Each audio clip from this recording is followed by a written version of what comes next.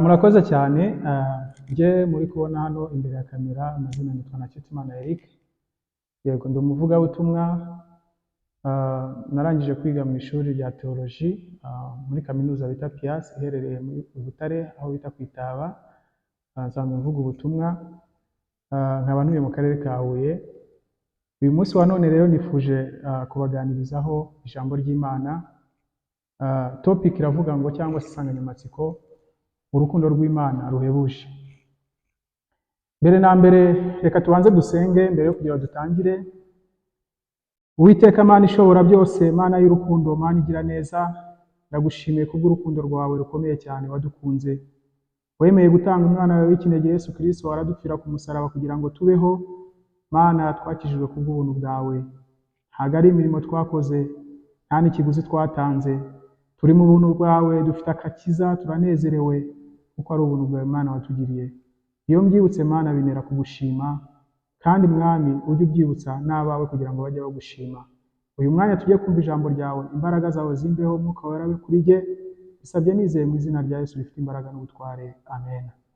Reka dusome Bibiliya mu butumwa bwiza nk'uko bwanditswe na Yohana, ibice 3 umurongo wa 16.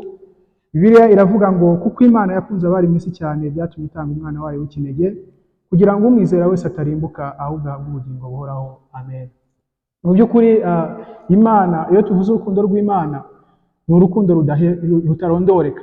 Mu ndimi z'abanyamahanga ho twavuga ngo ni is unconditional love, cyangwa se urukundo rutagize icyo rushingiyeho. Twebwe human beings, cyangwa se twebwe abantu, dukunda urukundo ariko rufite icyo rushingiyeho, ukavuga ngo uriya ni muremure, uriya afite isura nziza, uriya afite background, cyangwa se amashuri ye ni meza, iwabo barakize, ukaba ari byo ugenderaho gutya na gutya.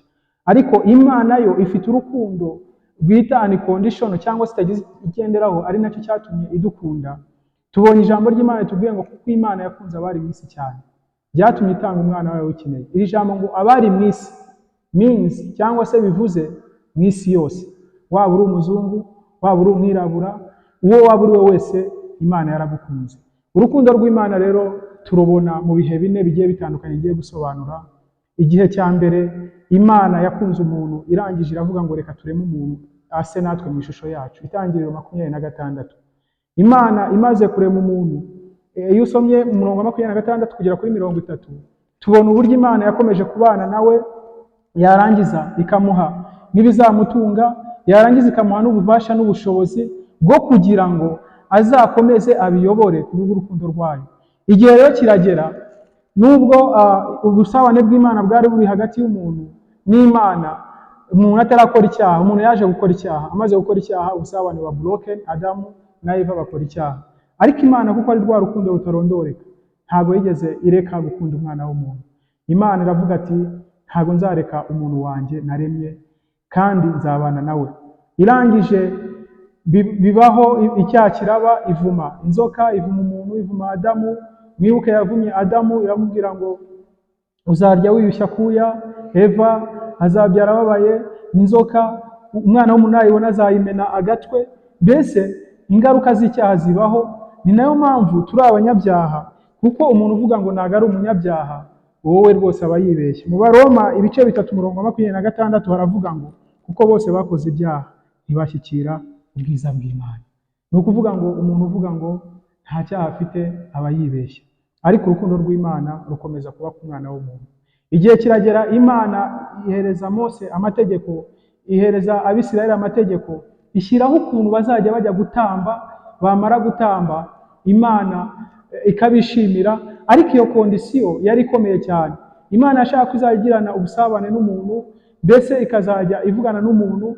Ariko none iyo kondisiyo ko yari ikomeye, kuko twebwe turi abanyantege nkeya, Imana ishyiraho amategeko yo gutamba. Nko mu gitabo cy'Abalewi tubonamo uburyo batamba.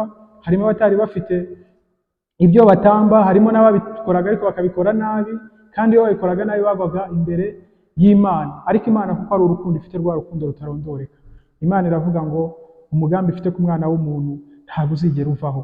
Irangije iravuga ati, ibi ngibi ntabwo bizagumaho, aribwo yoherezaga umwana wa Yesu Kristo. Iki rero Imana yakoze, yakunze abari mu isi cyane, byatumye itanga umwana wayo w'ikinege, kugira ngo umwizera wese atarimbuka.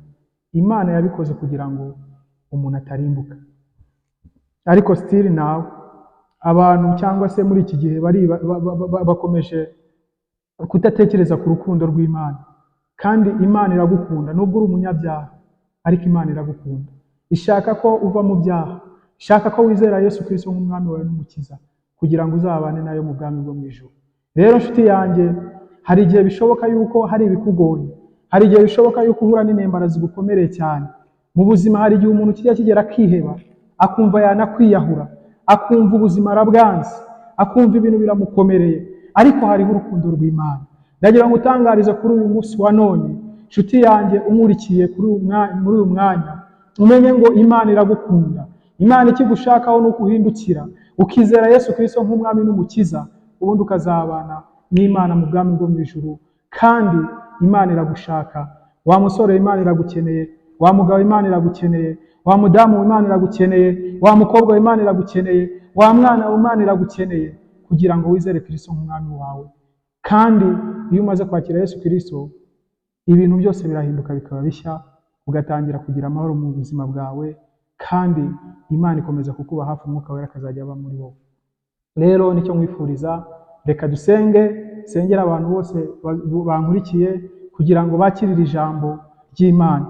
Turagushimiye cyane Mana ishobora byose, Mana y'urukundo, uyu mwanya uduhaye wo kumva ijambo ryawe, wongeye kutwibutsa urukundo rwawe rutarondoreka, wongeye kutwibutsa Mwami Imana uburyo dukunda bitandukanye n'uko umwana w'umuntu akunda. Reka Mwami Imana sengere buri muntu wese uzakurikira Mwami Imana iki cyigisho akumva, umwuka wawe wera uzamukore ku mutima, kandi ibyaha Mwami Imana murimo bizabashe kumuvamo, azabashe guhindukira inzira yawe Mwami Yesu. Ndasenze nizeye kandi nzi neza yuko Mwami Imana uzabikorera kubw'icyubahiro cyawe. Bisabye nizeye mu izina rya Yesu rifite imbaraga n'ubutware. Amen.